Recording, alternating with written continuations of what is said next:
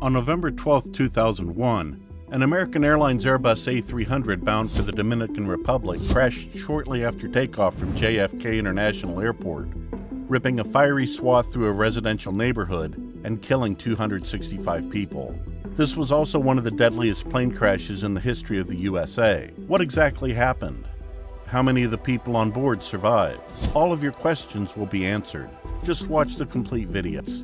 Without further ado, let's get straight into this. Shortly after takeoff, the Airbus A320B4605R flying the route crashed into the Bell Harbor neighborhood of Queens Rockaway Peninsula. All 260 people aboard the plane were killed, including 251 passengers and 9 crew members. It is the second deadliest aviation accident in U.S. history, trailing only the 1979 crash of American Airlines Flight 191, and the second deadliest aviation accident involving an Airbus A320. The accident's location and the fact that it occurred 2 months and 1 day after the September 11th attacks on the World Trade Center in nearby Manhattan sparked initial fears of another terrorist attack, but it was something else entirely. The plane taxied to runway 31 left behind a Japan Airlines Boeing 747-400 that was getting ready to take off. At 9:11:08 Eastern Standard Time, the JAL flight was cleared for takeoff. The tower controller warned Flight 587 about potential wake turbulence from a preceding Boeing 747 at 9:11:36. The A320 was cleared for takeoff at 9:13:28 and departed the runway at 9:14:29, about 1 minute and 40 seconds after the JAL flight.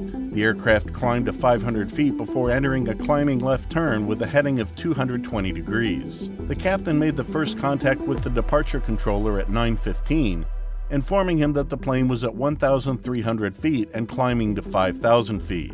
The controller told the plane to climb and stay at 13,000 feet. The flight data recorder revealed that the events leading up to the crash began at 9:15:36, when the aircraft encountered wake turbulence from the JAL flight in front of it. Mullen alternated between moving the rudder from right to left and back again in quick succession from 9:15:52, causing side slip until the lateral force caused the composite lugs that attached the vertical stabilizer to fail at 9:15:58. The stabilizer detached from the plane and landed in Jamaica Bay, about a mile north of the main wreckage site. Following the loss of the stabilizer, the aircraft pitched downward.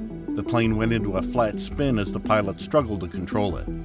Both engines were sheared from the aircraft due to the resulting aerodynamic loads. They landed several blocks north and east of the main wreckage area, causing minor damage to a gas station and major damage to a home and a boat. The loss of engines cut power to the FDR at 9:16:01, while the cockpit voice recorder cut off on impact with the ground at 9:16:14.8. The stall warning sounded on the CVR at 9:16:04. Mullen's last recorded words were, "What the hell are we into? We're stuck in it," to which States replied, "Get out of it, get out of it." The plane collided with the ground near Newport Avenue and Beach 131st Street. Because the crash happened just 2 months and 1 day after the September 11th attacks, which also happened in New York City, several major buildings, including the Empire State Building and United Nations headquarters, were evacuated. Rumors circulated in the months following the crash that the plane had been destroyed in a terrorist plot. As part of a plea bargain, a Kuwaiti national named Mohammed Jabara agreed to cooperate with investigators in May 2002. Among the details Jabara provided authorities was a claim made to him by Khalid Sheikh Mohammed's lieutenant, who told Jabara that the al-Qaeda leader had enlisted Richard Reed and Abdurrahman Jadeh to carry out identical shoe bombing plots as part of the second wave of attacks against the United States. According to this lieutenant, Jadeh's bomb successfully blew up Flight 87, whereas Reed's attempt was unsuccessful. In May 2002, a Canadian government memorandum reiterated claims that Jadeh was involved in the crash while admitting that the source of that information, Khalid Sheikh Mohammed's lieutenant, was untrustworthy. According to the memo, Jadeh, a naturalized Canadian citizen, was to board the flight using his Canadian passport. While passengers with passports from the United States, the Dominican Republic, Taiwan, France, Haiti, and Israel were listed on American Airlines passenger manifest. No Canadians boarded. The NTSB launched an investigation on the afternoon of the crash to determine the cause. They conducted 349 interviews and collected and reconstructed aircraft parts over the next 3 months. The Airbus A380 took off soon after a JAL Boeing 747-400 took off from the same runway. It flew into the turbulent air created by the larger jet's wake. The first officer attempted to stabilize the aircraft with alternating aggressive rudder inputs.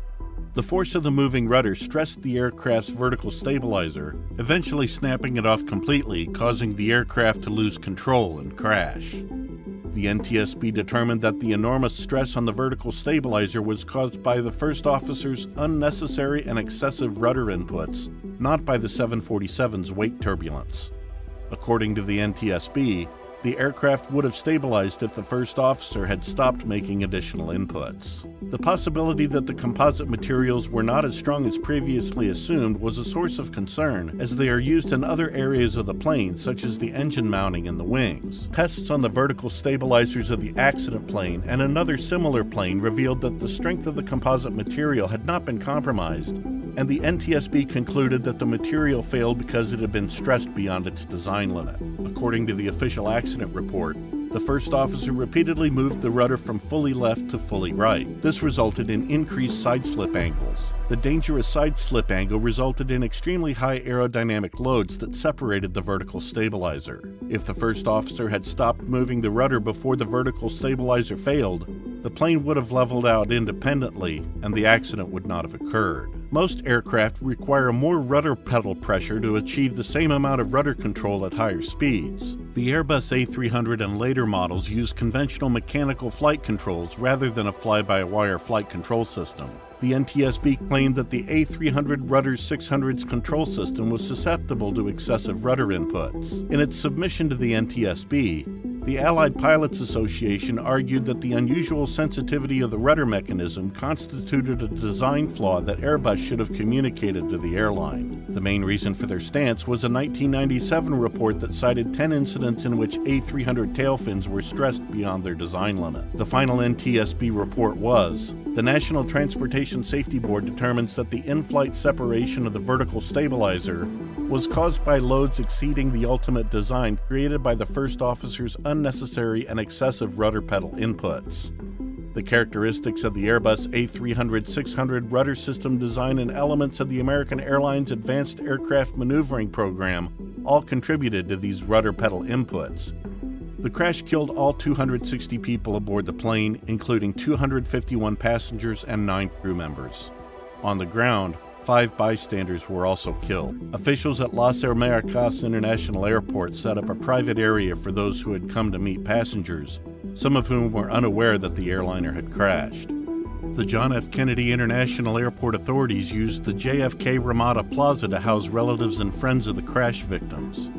The Family Crisis Center was later relocated to Manhattan's Javits Center. In memory of the 265 people killed in the crash, a memorial was built in Rockaway Park, a neighborhood adjacent to Bell Harbor to the east. It is located at the south end of Beach 116th Street, a major commercial street in the area, next to the Rockaway Beach and Boardwalk. On the 5th anniversary of the accident, November 12, 2006, it was dedicated to a ceremony attended by then-Mayor of New York City, Michael Bloomberg. 9/11 was one of the most horrendous attacks on America, and if I say that America never fully recovered from its horrors, I wouldn't be exaggerating. This too was one of the failures America had to deal with financially and mentally.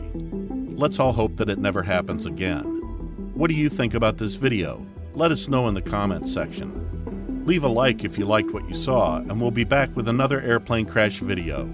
Thank you for watching.